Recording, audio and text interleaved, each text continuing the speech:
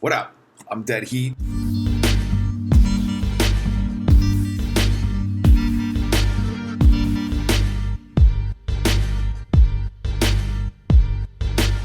So after years of being unhappy and working bullshit jobs and going to schools and like getting different degrees, I have 3 degrees, and a shit ton of debt that came along with that. I decided to quit my job and pursue music full time. And that was probably about 2 weeks ago.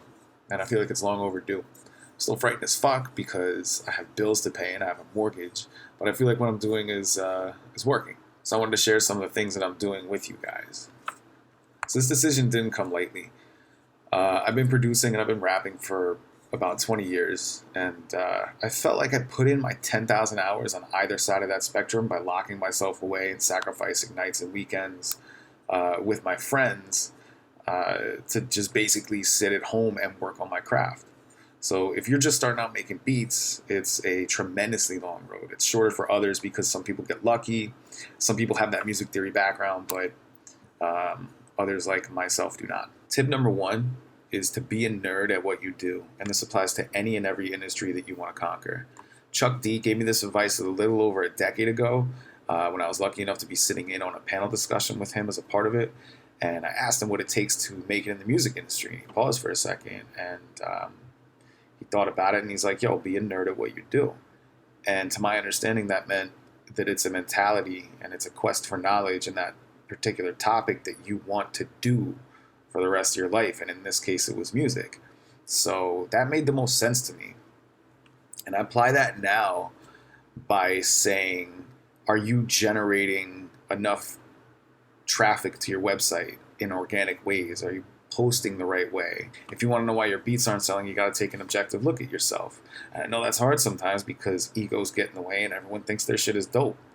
But if you look at beats that you made a few years ago and you compare them to now, do the new ones blow the old ones out of the water?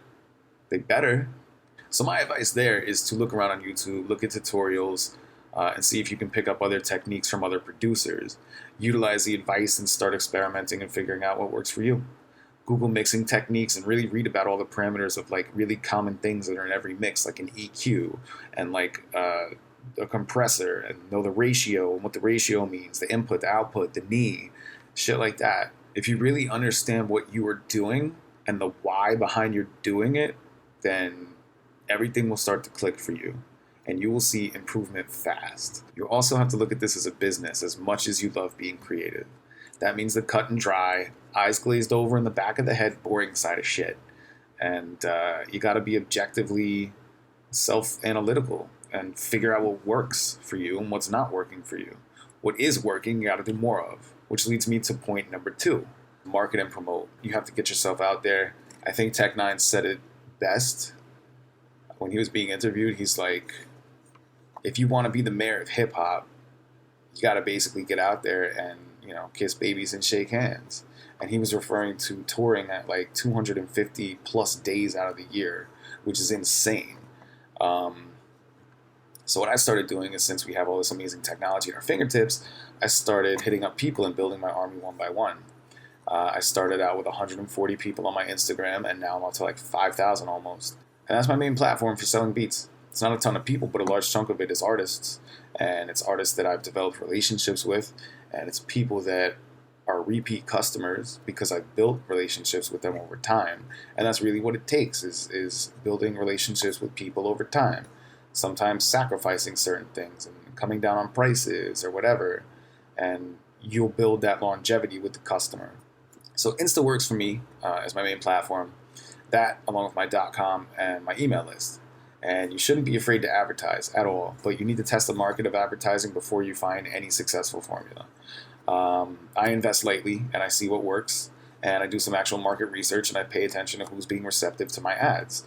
Click rates, etc. You gotta go back to number 1 and be a nerd at what you do.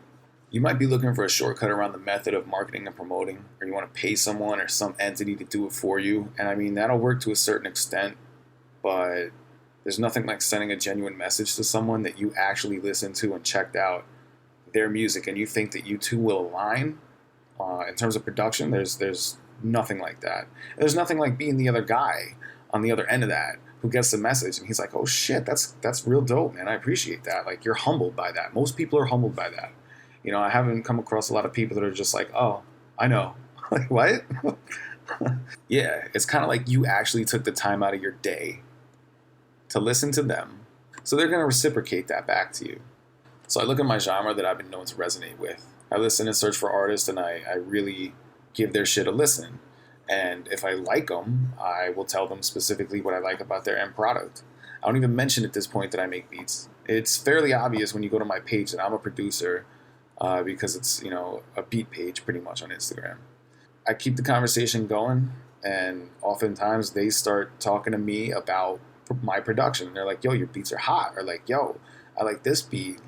And yo, it feels a lot more genuine. It's more of an organic relationship. And, you know, you got to make sure your product is on point before you start doing this, that it will align with the people that you are reaching out to. All right, so point number 3, there was some bleed over in my last explanation into point number 3, and what it is email lists. So you basically have to have a fail-safe method for the possibility that whatever social media platform that you're using could collapse at any given moment. It's like fucking Bitcoin, be it Instagram or whatever it is. It could all go the way of MySpace. If Instagram disappears, does your business and your clientele disappear along with it? If it does, then you kind of got to start collecting emails. And there's plenty of free services that can allow you to help create your list. You need to learn about things like segmentation, cold leads, and shit like that. It all goes back to the point of being a nerd at what you do. It all goes back to number 1. People need incentives for giving you their email because they know they're going to probably be spammed and it's fucking annoying. Do not make your email list boring and only send shit out when you want people to buy something. That's fucking retarded. Don't do that. That's just as bad as spam. You need to get creative with this portion of your campaign. You have eyeballs opening and deciding in a very brief time whether or not they're going to read and click on your shit or move on. And if they move on a lot, you oversaturate your own market that you're creating, you are going to get fucked over bad. If you have a few relationships developed already with people, then grab their emails right now. What I do to incentivize people into giving me their emails is I just give them free beats. I give them a few free beats. I have something like 600 beats in my arsenal, more than that, that I've, you know, made over the years and shit. What is a few free beats to me? It's nothing. It's nothing. They're sitting there and they're collecting dust. It's nothing. Give a few free beats away and you'll get people's emails and you can start, you know, being creative towards them. And I've had people reach back out to me and they're like, yo, this is the first time someone's ever done anything that nice for me in the music industry. And I finally have beats of my own that I can profit from. And I'm like, yo, that's actually really cool. And that reminds me why I'm doing all this, because that was a really heartfelt moment, because I reached back out to that kid. Anyway, once you have them on your list, all those people are potential customers and you need to treat them like gold. Do not spam them with shit. Do not do horrible things to them and only interact with them when you want them to do something. That's not okay. To me, that's like the dude that every time I go outside and smoke a cigarette, he comes up to me and he's like, yo, can I get a cigarette? And so that happens so often that I start going back to the back door and seeing if I could hide from the guy, because I don't want to fucking see him. Fuck that. It's like, he's annoying. And that's who you don't want to be. You don't want to be that guy. So I'm going to smoke through point number 4 and you're going to deal with it. Also, I haven't heard many producers talking about point number 4, the point I'm about to make. What I'm talking about is having a niche. I have a niche market. I make sampled boom bap beats with really obscure samples. I've never been caught with a sample, but that's beyond the point. I ended up discovering over time that boom bap and like old school and classic era cats that really appreciate real hip hop, who don't like autotune, tend to gravitate towards my beats once they hear them. So my goal became, how do I put my product in front of those people? I also look for rappers who tend to have their shit set up properly. If someone has one post on Instagram or something, then I'm skipping right over them.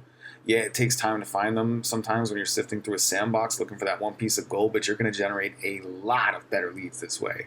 It's about quality and not quantity. Key. So when you're discovering your niche or your sound or whatever you want to call it, if you know music theory, you're way ahead of the rest of us that just sample, like myself. I know some tips and tricks for getting around this, and I shared them in a previous video where I made a beat making tutorial for the first time. I'll put that video up here just in case anyone's interested in checking it out. That's not musically inclined like myself. So this brings me to my fifth and my final point. Consistency. Consistency on all the platforms where you're generating noise and having positive response rates. This is pretty obvious to me, but I wanted to mention it. If your beats are doing well on YouTube, keep doing YouTube, but try to have a couple different platforms that you post on, as well as having a backup in the form of an email list, and be bringing everybody to your base camp, which is your website.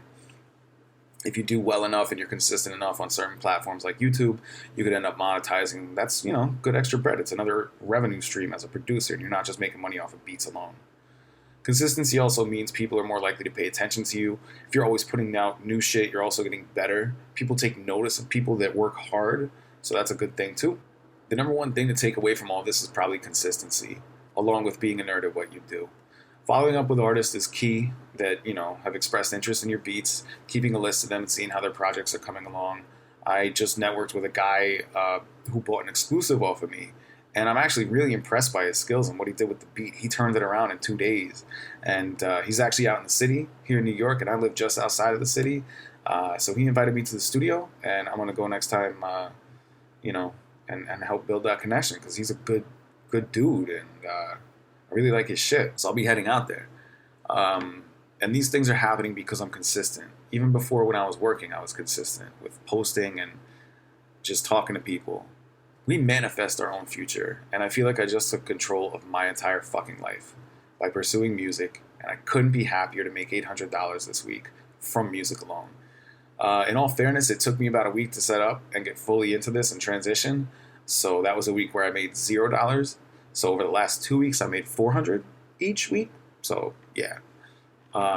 But yeah, if you found this helpful in any way, please hit like, throw a comment down, and I'll respond as best as I can if you have any questions. I don't usually make videos like this, and it's my first time speaking on this topic from personal experience. So if anything was unclear or you want me to elaborate on something, let me know down below in the comments.